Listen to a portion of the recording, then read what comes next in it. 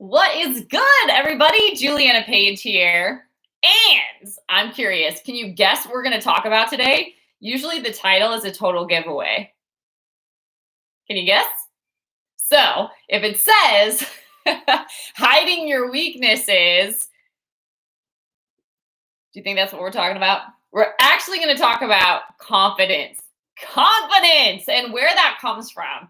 I mean, you could look up all the Harvard studies, you could watch all the TED Talks, you could, read all the Forbes articles, and that's great. But unless you experience it for yourself, how do you really know what it is, right? Experiential education is something I'm a huge fan of. Fortunately, there's not a ton of programs out there that teach that.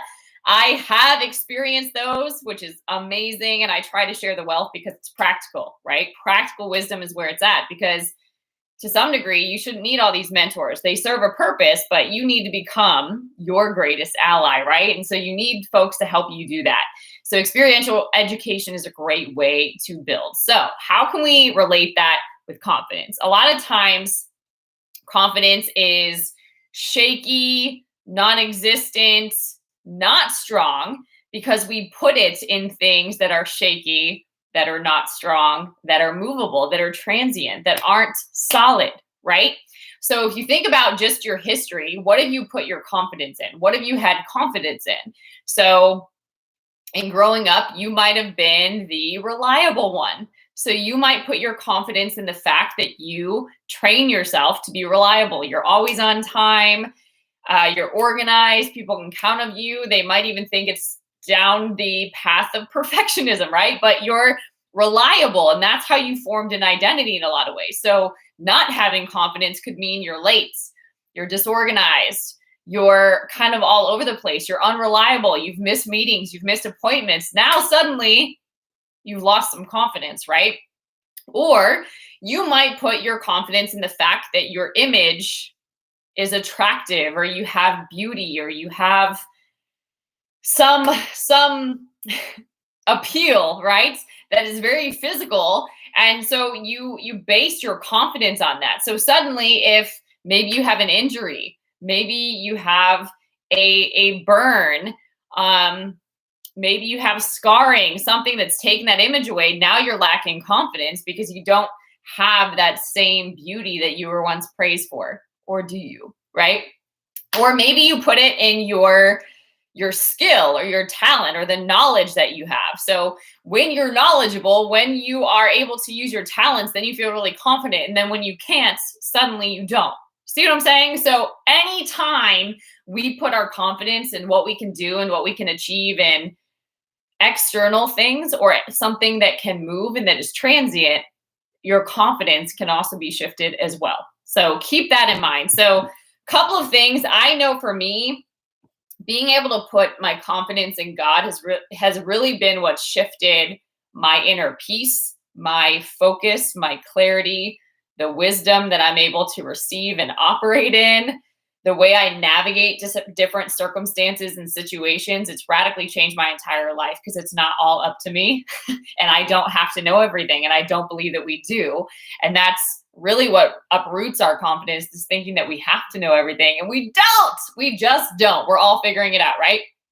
So a couple of verses just so that they're fresh here. Joshua 1:9, have I not commanded you? Be strong and courageous. Do not be afraid and do not be discouraged, for the Lord your God will be with you wherever you go. That's a source of confidence for me. I might not know where I'm going. I might not know what's next, but God does, and God's going to be with me, right? Jeremiah 17:7, but blessed is the one who trusts in the Lord, whose confidence is in him. Meaning I'm connected to the smartest person I could be connected to. So my connection is going to back me up, right?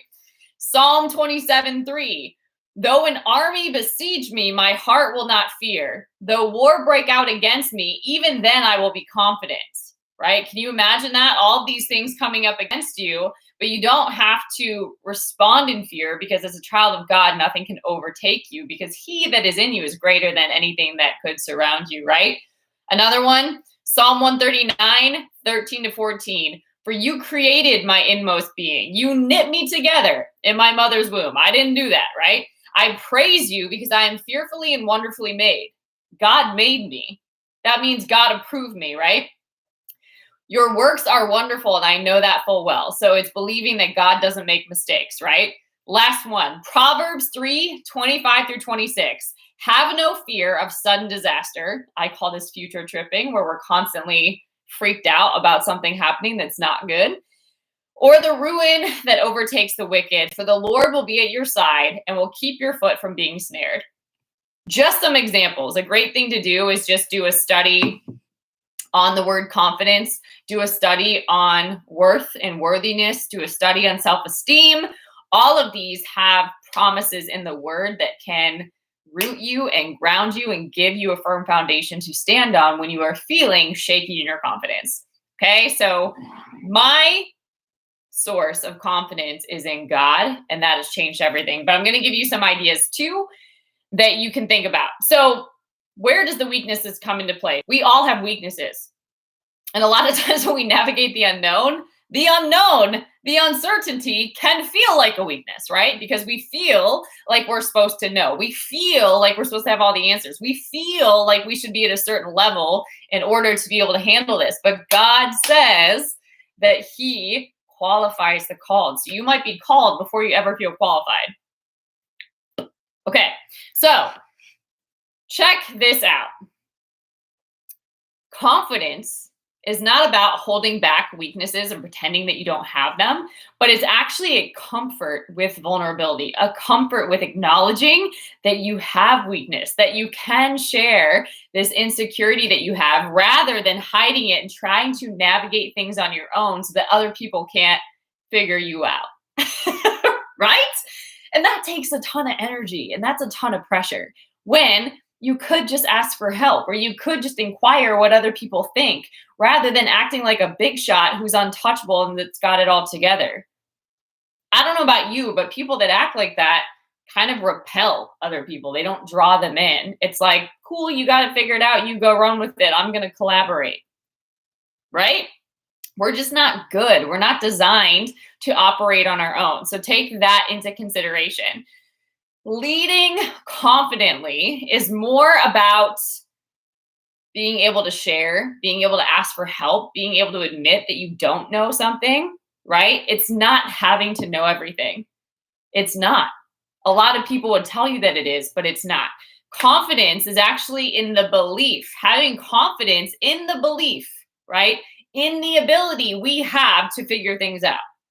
All right. Also, asking for wisdom in abundance is a great thing to do. We can ask for wisdom and abundance from God when we don't know things, and we can receive divine downloads, revelation, strategy, anointing, right? So confidence actually is not in our ability to know everything because we just can't. There's some mysteries that are far too great for us to even know, right? But it's in our ability to figure it out. Like it's actually in the belief that we are able to figure it out, right? The belief that we have this ability to figure things out. We're resilient. God designed us as resilient beings. We can figure this out, right? So rather than having to know it all, confidence is coming from the belief that I don't have to know it all, and I'm confident that I'll be able to figure it out, or that I can connect to somebody who can help me figure it out. Powerful stuff, and totally changes the way you show up and the way you navigate. So another way to look at that is, I know personally, I'm really good at asking questions. I'm really good at inviting different opinions and delegating things because I don't want to carry all that weight myself. And I know where I'm not strong, where I am strong, where I'm gifted, and where I'm called to focus right now. So it brings me great joy to not have to do it all. And my ego doesn't need the boost that might give you to do it all yourself. I don't need that, and I don't desire that. I love being in the flow of what I'm here to do and then having people in position to do what they're here to do too. Something so powerful and magical in that. So confidence is lost when we really connect it or correlate it to what we know, but it's gained when you're willing and able to figure things out. When you're willing and able to figure things out. So you believe that you're willing and able to figure it out. Okay. So how do you gain confidence? Here's something that you can do. You can make small changes every day. and give yourself a deadline. So let's say that for every day, you're going to work out for at least 30 minutes and give yourself a deadline. So for every day, for 30 days, you're going to work out for 30 minutes. Even if on your rest days or your active rest days, you're still going for a walk jog, or you're stretching, whatever it happens to be, but you're still doing something for your body, some movement every day for 30 minutes for 30 days. Okay. So then when you see that every day you're keeping this commitment, right? You're keeping promises to yourself.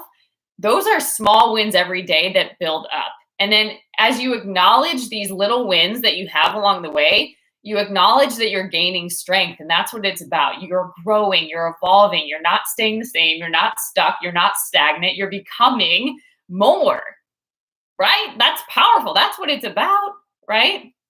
So the question that I would leave you with on today is, what small change can you make and then be able to celebrate within the next 30 days? What is that kind of nudge that you've been experiencing in your spirit? What is that change that you can make that'll really help you feel confidence, right? That will really help you feel like you're growing in strength, that you are greater than any weakness that you can find in yourself, that you are meant to be seen and experienced and live a full life, right?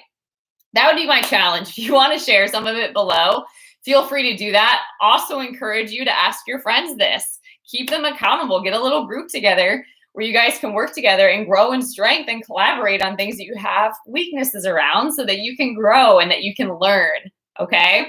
So for some, confidence might come from power poses. For others, it might come from, saying affirmations in front of a mirror. I want to invite you to root your confidence in something that's unmovable, and to also acknowledge that it's literally impossible for you to know everything. So given that, what can you put your confidence in instead? My suggestion is not putting it in the fact that you have an ability to hide your weaknesses, because that really just shuts people off from you. But why not put it in your ability to figure things out and ask really good questions and invite people into a process of collaborating and building and growing with you? That sounds like leadership to me. All right, guys, I hope this message blessed you. If it did, make sure that you subscribe. Also, copy the link and share with a friend. Until next time, stay blessed. Bye.